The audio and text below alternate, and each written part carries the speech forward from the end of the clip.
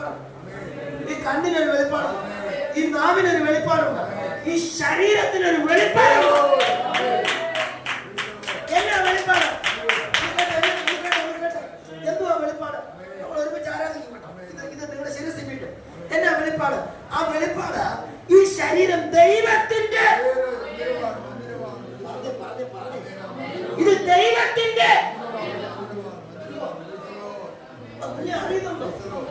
ഇത് ദൈവത്തിന്റെ, ഈ കൈ ദൈവത്തിന്റെ, ഈ കണ്ണ് ദൈവത്തിന്റെ, ഈ നാവ് ദൈവത്തിന്റേത്, ഈ ശരീരം ദൈവത്തിന്റേത്. അടുത്ത 19 വാക്യം നോക്കി. 19 വാക്യം 6:19.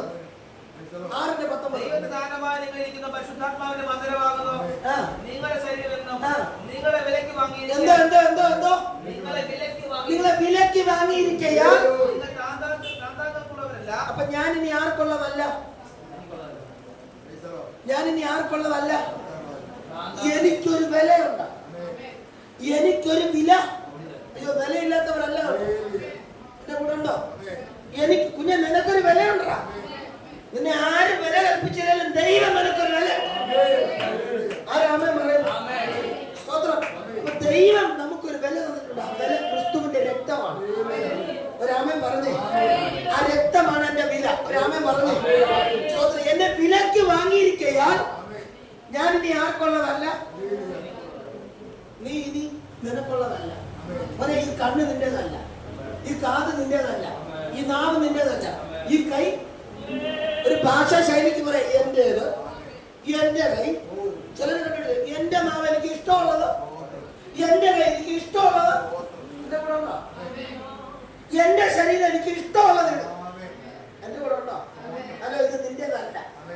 രാമൻ പറഞ്ഞു, ഇത് ആർക്കുള്ളതല്ല.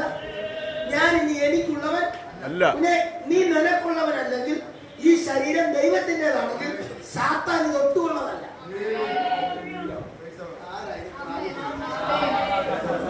എനിക്കറിയില്ല, എന്നോട് കഥ നിർബന്ധിക്കുന്ന ദൂരം വിട. നിങ്ങൾക്കുള്ളതുമല്ല, സാത്താനുള്ളതുമല്ല, ദൈവത്തിൻ്റെതാണ്.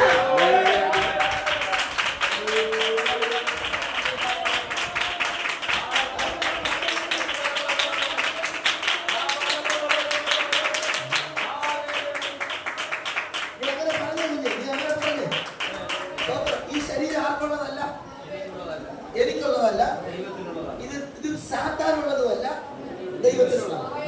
അപ്പൊ ഇത് ആർക്കുള്ളതല്ല, എന്റേതല്ല, സാത്താന്റേതല്ല, ദൈവത്തിൻ്റെതാണ്.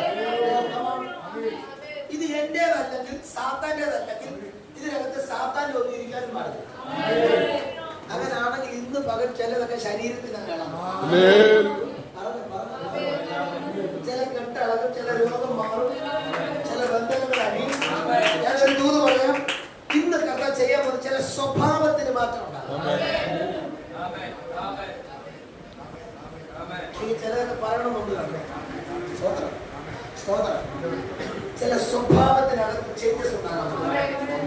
ചിലതിന്റെ സ്വഭാവത്തിന്റെ പ്രവൃത്തി മാറാൻ പോകും. നിന്റെ സ്വഭാവത്തിനകത്ത് വ്യത്യാസം ഉണ്ടാകാൻ പോകും. ആരായി പകൽ ആമേൻ പറയുന്നു? ഇത് നിന്റേതല്ല, ഇത് ദൈവത്തിൻ്റെതായതുകൊണ്ട് ഇനി ഇതിനകത്ത് എന്ത് വെളിപ്പെടണം തീരുമാനിക്കുന്ന സ്വർഗം. ആരാമേൻ പറയുന്നു? ഈ പാപം ചെയ്യാൻ ആർക്കും ഇഷ്ടമില്ല പാസ്റ്റർ. പക്ഷേ ഇതിനകത്തൊരു സാത്താൻ നുഴഞ്ഞ് കയറി ചെയ്യിച്ചുകൊണ്ടിരിക്കുകയാണ്. ആ നുഴഞ്ഞ് കയറിയതിന് നമ്മൾ പുറത്താക്കണം.